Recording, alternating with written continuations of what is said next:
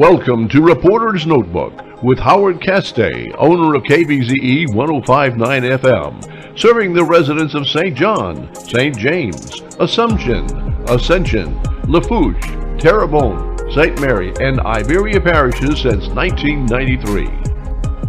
Hey everybody, there's a bill on Capitol Hill that you need to pay attention to, and guess what? Our senators, John Kennedy and Bill Cassidy, they were all over it. In fact, they kind of have a warm and fuzzy feeling about it. Howard began an advocacy campaign on Senate Bill S-2992 in March of this year because his research showed the bill in its present form would cost consumers over $22 billion in increased service costs from online marketplaces at a time when inflation is still at record highs. The bill was introduced by Senator Amy Klobuchar of Michigan under the American Innovation and Choice Online Act, and she is still making moves to get the bill passed this year. As we said in the opening of the show, our Louisiana senators, Bill Cassidy and John Kennedy, are still lukewarm about the legislation, which is why Howard is continuing advocacy on what he believes are the negative issues about this bill. On today's Reporter's Notebook, Howard speaks with Jessica Mulligan, a technology policy analyst with a free market think tank in Washington, D.C. Also joining Howard later in the show is Evan Boudreau, Director of Economic Development for St. Mary Parish. Evan is also familiar with the bill. So now, here are Howard and his first guest, Jessica Mulligan. Well, hi, everyone. It's the big guy, Howard CASTAY. And you know, with everything going on, inflation, high prices at the gas pumps, I thought I would bring up that a Senate bill that I had spoken to you guys about a while back. It's Senate Bill 2992. And this bill could affect how we order things online, among other things. And so joining me this morning is Miss Jessica Mulligan, who is a technology policy analyst with a free market think tank in Washington, D.C. And she's joining us this morning. She's going to tell everybody what this bill is and give us her opinion about this bill. So good morning or good afternoon, Jessica, whenever you guys are listening to this, and tell us your thoughts on the bill. Hi, Howard. Thanks for having me. I think what's most important for the average consumer to know about this bill is it really doesn't serve their purposes. This is, unfortunately, sort of a politics-as-usual problem in D.C. where you have competitors to the big tech firms. So this bill targets Google, Facebook, Amazon, and you have some competitors at a little lower level that would love to see them hamstrung a bit, which unfortunately means for consumers that you guys are going to take the hit if this becomes law. And how will that work is that the bill aims at preventing these large firms from what's called self-preferencing. So that means when you go on Amazon and, maybe you're thinking about buying Duracell batteries, but maybe you're thinking, well, maybe I'll buy the Amazon house brand batteries. Maybe they're at a better price point for me, or maybe when I buy them, I get 2-day free shipping. These are all great options and choices for consumers, but this is a bill that would stop Amazon from suggesting its own products over that of third parties, like commercial brands. So that may be good news for those third parties, but it's not good news for people who use these tech services and might benefit from those other choices. Wow. And is this bill still in committee? It was voted out of committee, so its next step would be a full vote in the Senate, and that would mean that it was on its way to becoming law.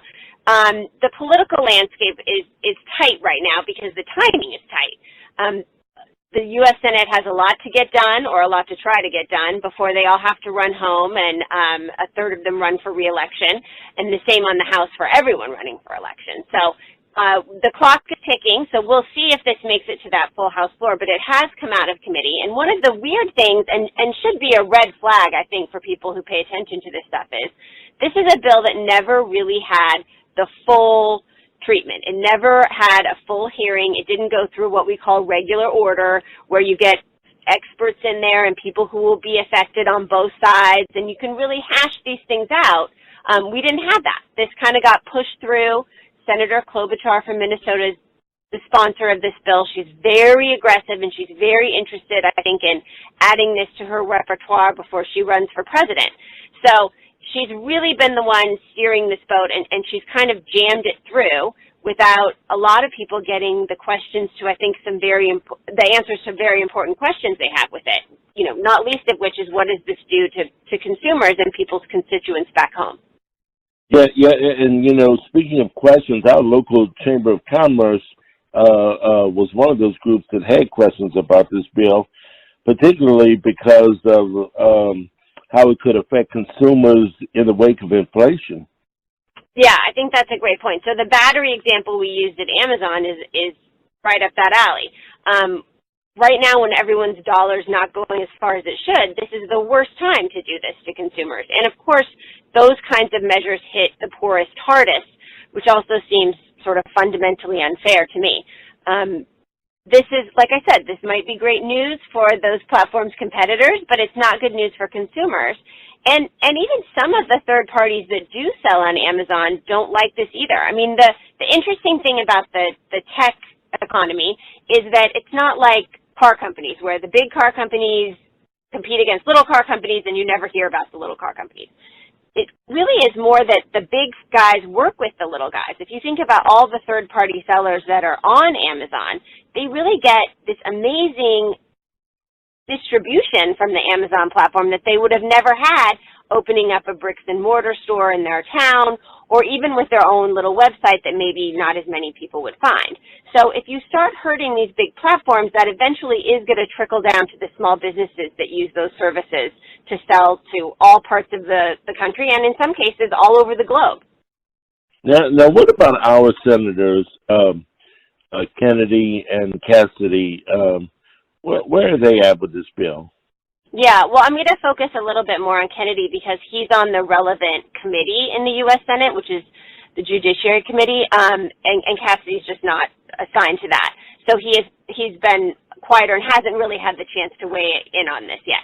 But Kennedy has signed on to this bill, but I think that what's important to understand about that is the context of sort of what we call the big tech lash in general. And this is that there's a lot of anger aimed at these big tech companies right now, but they're kind of for a lot of different reasons. And the political expediency of just sort of beating up on those big companies could make you some political hay. But I think really probably what Senator Kennedy is more concerned about, and probably what his Republican constituency is more concerned about, is the speech issues. The feelings of being discriminated against with conservative speech from these tech companies, not as much about the economic stuff that this bill covers. So I think that there was momentum for bipartisan support for this to sign on to this because it is sort of beating up on big tech. But I think once Senator Kennedy starts drilling down into what this really means for his constituents and what this really means for consumers, I think he's become a bit more hesitant with it, and we saw him make comments at the markup like he did not think that this bill was ready for prime time, and he wanted to see amendments, and he wanted to be kept abreast of those, and basically saying, you know, he wanted to be a voice at the table while he was improving this bill. So I think he's giving thoughtful consideration to what this really means for people. Okay, so as you know, Senator Kennedy is running for re-election. If we catch up with him on the campaign trail, what should we tell him? I mean, I would just urge everyone, and this goes for, you know, all issues in D.C. Of course, people are busy raising their children and earning a living and living their lives, so they can't follow everything. But I think this is important, and I think it merits taking a few minutes, go online, do some Googling for S2992, read about it, read both sides of it, and maybe come up with some questions that pertain to how you think it'll affect you if you get Senator Kennedy's ear. I think that that's what they need to hear. You know, they're there to represent you guys. So make the most of that, right? We're very blessed to have the opportunity to elect our own leaders and influence all of these decisions. So don't miss this chance to ask them some hard questions about what this bill would mean for you guys. All right, Jessica, thank you so much. Thank you. And now here's Howard with more on Senate Bill S-2992 with St. Mary Parish Economic Development Director Evan Boudreau. Okay, everybody, welcome back to Reporter's Notebook. And again, we are talking about Senate Bill 2992, the American Innovation and Choice Online Act. And with us right now is our Economic Development Director here in St. Mary Parish, Mr. Evan Boudreau, who's going to give you his thoughts as an Economic Development Director about this bill. So, Evan, tell everybody how much you are hot and cold, I guess, on this bill. Well, first of all, Howard, I want to say thank you for letting me for giving me this opportunity. And when I looked at this bill, the biggest thing that I realized with this was, there's a problem that needs to be addressed. Large tech companies like Amazon, Google, Facebook, they are rapidly changing the way that consumers interact with small businesses. However, these business practices that these giant tech companies use are being found to be increasingly problematic for small businesses. This current bill, what I find, is that it's seeking to address this major problem, but the bill in its current format, there are some major challenges that I think need to be addressed before it gets to the president's desk, let alone for a vote on the Senate floor. In a nutshell, the bill is just entirely too broad and too vague. Specifically, I think that this bill proposes a departure in how American antitrust legislation has been just throughout its history, moving from a consumer welfare standard to a competitor welfare standard. Basically, really hurting the American economic competitiveness in the digital economy, which the United States has largely led the field on. Do you think Senator Klobuchar will try and move the bill to the floor? Absolutely. I think earlier this week, I know that I can't remember what committee it was, but the Senate committee had a hearing with a Twitter whistleblower, and hearing the kind of what came out of that committee, I definitely think that more bipartisan support has come up from this bill. Now, meaning what is the framework of this bill going to look like? I think there will be some amendments on the floor, but I will say it's safe to assume that this bill will come up for a vote. I do think that it's likely this bill probably will not come up for a vote until December, after the midterm elections, during that lame duck session. But I would say I would expect it to come up for a vote before the end of this term. And what about Senator Kennedy? Is he still wishy-washy, or do you think he's going to fight the bill? Has he spoken about the bill lately?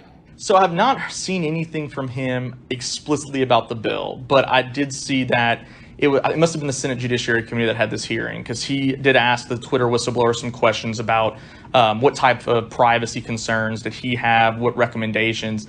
And based on his line of questioning, it does sound like Senator Kennedy is more on the side of some type of reform, using this bill as the instrument. That being said, I think there will definitely have to be some horse trading and to get the bill to a position that Republicans and Democrats are okay with. Again, what would that look like? Not sure yet. And so if we would see Senator Kennedy on the campaign trail, what should we tell him? Honestly, my biggest thing would be, look, reform is needed for sure, but the American Innovation and Choice Online Act in its current form is just not the way to go. I think that it would really hurt the American economic competitiveness. I also think that it could potentially have unintended consequences that we don't know what that's going to look like. We don't know what it will be. I think there needs to be some due diligence and legislative oversight on what this process would look like. I essentially would say, there needs to be a lot more work done on this bill before it gets voted on. To protect consumers, right? Absolutely. And how do you think it'll hurt consumers if it's passed like it is? Earlier this week, I know that I can't remember what committee it was, but the Senate committee had a hearing with a Twitter whistleblower, and hearing the kind of what came out of that committee, I definitely think that more bipartisan support has come up from this bill.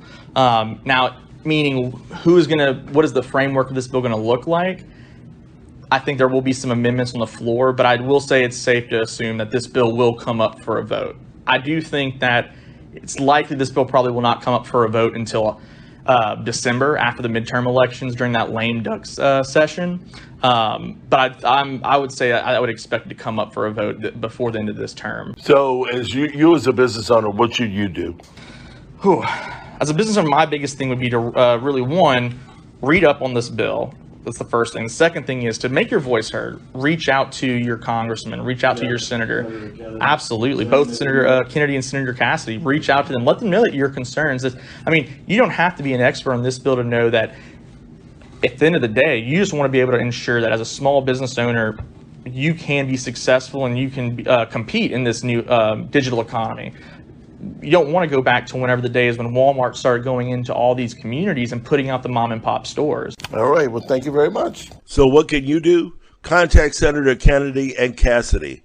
It's as simple as sending an email to them, asking them to slow down their efforts on this bill, to re-examine their goals and how to best achieve them without hurting everyday families and business owners. To contact Senator Bill Cassidy, just go online to cassidy.senate.gov/contact. To email Senator John Kennedy, go to kennedy.senate.gov/public/email-me. And for more information on this crazy bill, go to netchoice.org. That's netchoice.org. Thank you so much for joining me today for Reporter's Notebook. Thank you for joining Howard Castay for Reporter's Notebook. If you have any questions about this show, ideas for another podcast, or if you'd like to be a guest, we invite your reply. Please email Castay at KBZE1059@gmail.com.